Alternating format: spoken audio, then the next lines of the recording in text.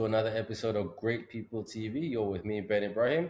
Sorry that we've not been on, well, the stream for quite a while, but just been very, very busy with working life.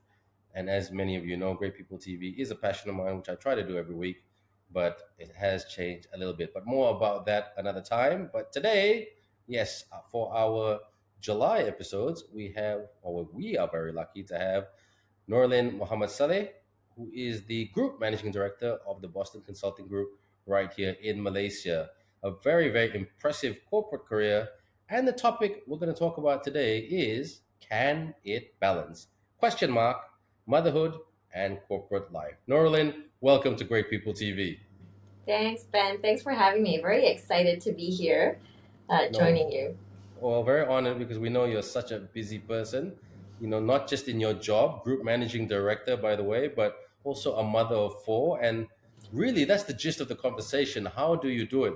But before we speak about the how do you do it, let's speak about how did you get into it. So you studied a master's in manufacturing engineering, if I'm not mistaken, in Cambridge University, went to garden school once upon a time, straight A student, but most straight A students would probably want to work in a bank or the investment life, but you chose consulting. Why so? It's a really good question, and honestly, I don't have a very clear story in the sense that it wasn't all planned out. I did my degree and my master's in manufacturing engineering, as you mentioned, and after that, I just thought I needed a job, and I didn't join consulting. I actually joined Procter and Gamble in the PNG, yes. That's right, in the FMCG space, and to be honest, I took on that role because I thought it was that happy medium between manufacturing and the business side of things, and I always wanted to sort of go further up to learn a bit more about business, and I thought let's start with manufacturing. Joined FMCG, and after 1 year, realized that it wasn't for me. There were too many layers, there was too much bureaucracy, it would take too long to get where I wanted to get to. I met two friends of mine who were both in consulting, and I told them, how unhappy I was, and they were like, "Hey, why don't you try consulting?" And I thought, no harm applying and seeing where it would go. Didn't think I would ever get a job, and I got it. I got the offer, and I thought, okay, let's give this a go, and that's how I joined consulting. So there was no plan, there was no grand scheme. It just kind of happened. No process boxes? Not at all. Not at all. I genuinely was one of those people who thought there's no way I can do consulting. And And it just you've been, happened. thanks for sharing that. And you've been in the consulting business in BCG for almost 15 years plus. And if you Yeah. follow your career, for those of you who want to see one's career, is very clear on LinkedIn. And you just seem to get promoted all the time. And when someone gets promoted, it's not just so much about ability, but it's about the trust of the people that you work for. So being getting promoted quite frequently and right now up to the group managing director level of Malaysia, which is a big market for the Boston Consulting Group, what do you think that was down to? Gosh. So honestly, I'll go back to my story again. My story again is not a planned story, right? I genuinely thought I'll join BCG, and I joined BCG London. Actually, was there for about 3 years before I moved back to Malaysia. I thought I'm gonna join BCG. I'm only gonna be there for like 2 years because I just want to experience what it's like. But then it's actually been 16 years. So 16 years later, and I'm still here. What was it down to? Honestly, BCG has just been great because it's a combination of being able to work and do things which I find really interesting. So, work on topics which I find really interesting, challenge myself. So, it's never boring. It continues to push you forward, and you work with a bunch of really smart, amazing individuals who constantly challenge you, but still feel part of a family. Now, your question was, what was this down to in terms of my progression? And in BCG, honestly, you have to keep progressing, right? You have to keep progressing and getting promoted every couple of years. That's just how the system works.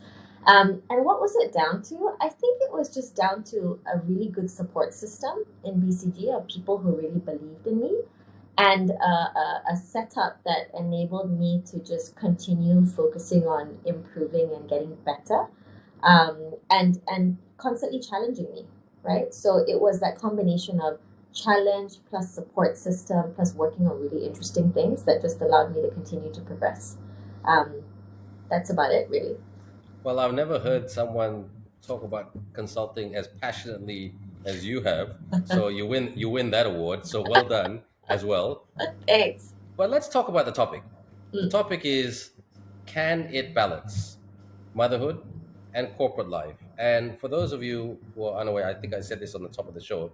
Nurlin is a mother of four, and if you see her from time to time, if you do hang out in Kuala Lumpur, for all our Malaysian viewers, you look at her, she's as skinny as a rake, and you would not think this woman has mothered four children. Now, I won't go on and on about that, but I would like you to elaborate the question: can it balance motherhood and corporate life? Because let's be honest, Norlin, consulting is not a 9 to 5 job.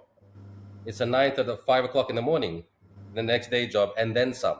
So a lot of mothers, a lot of talented mothers who do work in a consulting firm, they'll probably call it a day later in their career when they have their first or second child. Yeah, no, it's a really great question, and I think not just consulting, right? A lot of different industries, it's a challenge to be able to sustain women, which is a real issue because women make such an important part of the labor force, and 100%. a very important part, right? Because we need that skill set within Malaysia. So just a bit of background, right? As you mentioned, right? I have four kids. They're 8, 6, 4, and 2. A caveat which I would highlight is that with each of my kids, right, I would have my child and then I would take 6 months off, right? Okay. Which and when I came back, I would come on what's called a flex model within BCG, which means I work 70 or 80% in a week, right? How I balance that is up to me to figure it out.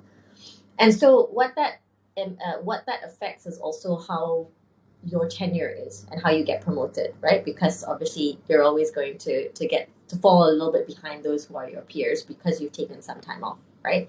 I would never give that up for the world, right? Because the journey may have taken longer for me versus other people, but I'm absolutely blessed with four amazing children with wonderful memories, and I love that. And I'm still on a flex model today of 70 to 80%. She's As a group 80%. managing director, you're on a flex I model? am. I'm still on a flex model. Wow. People ask me if I would give it up, and I'm like, no way am I ever going to give that up because that flexibility allows me to take that time which I need for my kids, and to for personal commitments as well. So I choose to do it by taking different points of time in the week off. Some people take like a Friday off, or they take like half a Wednesday, half a Friday. I choose to take different times in the week off depending when I need to do that, right? But going back to your question of, how to balance it, how to make it work, the job itself is challenging, and you have to accept that it is challenging. And there is a little bit of flexibility that you need to give and take, right? There are moments when you're going to be really busy, and that's when you really got to lean on your support system, which I really do. And there are other points when you can say, I need this time with my family, push back, and then be able to take that time that you need, right? So it's having one, I would say the right support system, both at work and at home as well, to make that effective. Two, as yourself, to have that discipline, right? To tell yourself that, like, okay, I deserve this time with my family. I'm going to take this longer route to get to my career, and that's perfectly fine. And just having the discipline to be able to push back to your managers and say, I need this time with my family. I've worked really hard. Let me do that, right? And then I would say, lastly, as well, it's being able to be okay with the fact that you are going to chart a different path. You're going to do things in a different way. Don't hold yourself in the same bar as men, for example, because it is a different bar. Your priorities are different, and you just need to be okay with that, right? So those are some of the things which I'd say is really important to make it successful. And I do think it's possible, right? You just need to find that right model, find that sustainable path, and be happy with that, right? Not gonna lie, but I'm just gonna add on to that, right? I've Sure. been doing this for 16 years. The job itself changes every couple of years, right? You get more responsibilities. You got to do more things. Each time, I get promoted and I do something new. It takes a while for me to find that sustainable path. It really does, right? I just got promoted to managing director in the last year. And, I'm still figuring out the path at this point, at this level, Fair right? enough. Before this, I was like, yeah, I'm fine, I'm cruising, great. But now I'm still figuring out that path. And that's just part of it. You just got to get used to it. Yeah. True. And it's really great to hear that companies like BCG are supportive of that flex time because, I mean, consulting companies are famous or infamous for really just working their staff very, very hard. Rewards are great, don't get me wrong, but I mean, not everything is about the compensation and the benefits. It's about, that joy and having that joy to enjoy life as well. And that is a little bit more tricky with a female, and because of the massive double standard in life of a female, which I find extremely unfair, but we won't talk about that today. So but like you said earlier, do not, as a woman, do not compare yourself to a man because that's not an apple to apple comparison. So go It's go not. to go to compare to what you know and what you have. So the final question that I have for you is that I'm going to throw two questions in one Okay. because you've done very well today in terms of presenting not like a consultant and making it about graphics and decks and analytics and Yeah, pie charts I and didn't know whatnot. I could do that, Ben. Next time Good I'll bring job. some slides. Okay, but tell us about, not every company is like BCG who are open to that flex time pre or post COVID. Everybody has a lot of people, sorry, should I say, has a view of how you should work. And now that COVID is part of our system or part of our society, you should still come to the office and grind it out. My question for you is, how should females find that courage, have that courage to have that conversation with management? Even if the management is as closed as a book and as old school can come. Yeah, no, and that's a great question. I would say that, like, you know, actually pre-COVID, this probably was a far harder conversation, right? Because I think when organizations are so set in their ways and what they think is successful and what they think works well, they're just not willing to accept new models, right? I think that now post-COVID, once they've seen the fact that this, virtual model could work, they're more open to that conversation, right? And they're more open to that conversation of, like, flex working models, flex in terms of location of where you're working as well. So I think that women should have the courage to be able to approach that management to say, look, I can still deliver my job, right? I can still do my work and do my work effectively. It's all about sort of the outcome and the deliverables that you receive versus, FaceTime of being there on the ground face to face. I'm not saying that it's not important to still do that, right? I do still think that, physical co-location is also quite an important thing. And to be honest, I'm doing a lot of that right now. Like, literally, one of the things I've been complaining to my husband about is, like, oh, I have to, like, go all over the place, have lots of physical meetings. It is important, but you can still be effective in a virtual setting where you can still work from home, have the flexibility to do that. But you just need to be very clear that it's about achieving outcomes, it's about delivering those outcomes. And as long as you're able to do that and you're reliable, then that's a conversation that you can effectively have with your management. Honestly, I mean, I've seen loads of women and in general people, right, be able to have those type of conversations because COVID allowed them to show that this is possible, right? And we talked about BCG. I have a bunch of people in KL, of senior women consultants who are super effective, and we actually lean on each other quite a bit to support each other because it's not easy, as you said, right? Sometimes us women just needs to get together and Oh rant and yeah. figure out what the best model is, right? And literally, it's us, having the courage to stand up, support each other, have those difficult conversations, chart those new paths, which is what makes us successful, right? Which what makes it a viable working career and model for each of us women. And I forgot to lengthen the second part of that question, but I'll Yeah. keep it short. What's a one key word that you wish to share with individuals out there on the topic that will help them probably get that balance and perspective? Because it's a tricky question of balance, and everybody has their own workload, personal and professional. A keyword or a set of phrase that maybe always keeps you grounded in perspective. It's not that okay, it's tough, but this will set me straight to get that balance. God, so the difficulty is giving you one word. So I'll give you I five or might, I six. might give you. So I might give you two, right? And I've mentioned it before. One is um, discipline, right? Because us as women are juggling so many things, we ourselves have to be very disciplined with ourselves and disciplined with others, in terms of, the time that you give, the workload that you have, um, turning up and being there. You have to be disciplined. You have to be in charge of your own time, right? If there are points of time when you're really busy, and that's just how it is, right? You're just really busy during those periods of time. You're willing to make that sacrifice. I know you didn't want me to use that word, but you're willing to do that. You also have to have the discipline to say, look, I worked really hard. I've been really busy. I think that I deserve the time off, right? And be able to be disciplined to track that and then demand that back, right? That's number one. The second question, which I think is quite important, is being flexible, right? I've worked with quite a few people, men and women, who haven't been flexible. And when they're not flexible, that makes it very challenging to make it an effective model for you, right?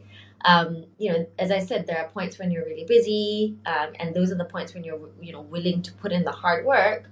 But you have to be flexible in that regard. You have to say, okay, I'm gonna get my hands dirty and make sure I'm there, right? And I have to sacrifice some things at home during that point of time, but it's okay because I'm gonna have the discipline to make sure I get this back, right? So for me, that balance between flexibility and discipline is really important to have. I have a couple of mentors, right? And I there's something which they taught me, which I think is actually quite relevant. And it's also because I think us women have like a high bar of what we expect our lives to be, perhaps. Um, Exactly. So one of my mentors always said to me, like, if you lower your expectations, you won't get disappointed, right? And it really works, right? Because I think for me, I can get easily upset, and I think a lot of women can align with that. But if you lower your expectations on what you think is the right lifestyle, the right career, the right way of working, the right type of mom you're supposed to be, so on and so forth, then you won't get upset when you're not able to achieve everything. Because the honest truth is, I feel there's no such thing as having it all, right? And you are gonna get disappointed. You're gonna get upset. You're gonna constantly question yourself, and you're gonna be like, oh, why can't I be better at this? And why can't I be here? And why can't I be super mom? Blah blah blah. But the honest truth is, you're doing so well. You're doing such an amazing job, right? So lower your expectations. Don't expect you to be amazing at everything. You're already doing a really awesome job, right? Us as women just need to be really aware of that. You know what? I really, really love that because everybody who knows or who knows working with me, my three favorite words that I use on a daily basis: management of expectations. And it's really good that you said lower those expectations.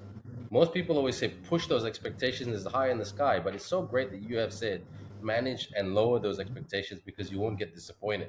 And there's nothing you and it's great that it's coming from you. There's nothing wrong with lowering your expectations. So that is it for this episode, everyone. Can it balance motherhood and corporate life? Featuring Nurlin Muhammad Salleh, Group Managing Director of Boston Consulting Group Malaysia. Yes, it can balance if you manage your expectations. And if you lower your expectations, it's also a very, very positive thing. Thanks for watching, everybody, this episode of Great People TV. And of course, first and foremost, thank you, Northern, for taking your time out of your very busy schedule to talk with me and the Great People TV audience. Very inspiring, very short, sweet, and to the point. All right, take care, everybody. And until the next episode of Great People TV, have a great week.